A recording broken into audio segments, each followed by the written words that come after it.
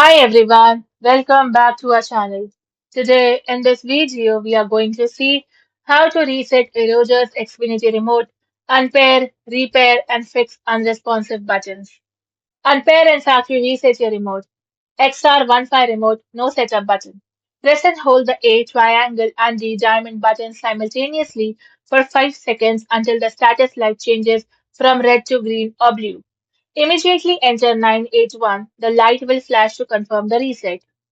XR100 remote. Press and hold the back and add buttons together for 5 seconds until you hear a beep. Then press 981. Wait for the confirmation beeps to complete. XR16 remote. No number pad.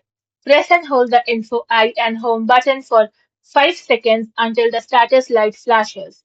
Then press the power button followed by the last button and then the volume down button in exact sequence.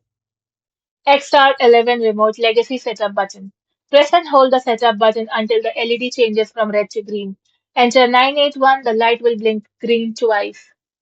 Repair with your box and TV. Aim the remote directly at your Rogers Xfinity entertainment box. Then press and hold the Rogers or Xfinity button alongside the info button for 5 seconds until the light blinks. Enter the 3-digit code that appears on your TV screen. Follow the subsequent on-screen prompts to program your TV or sound system volume and power settings.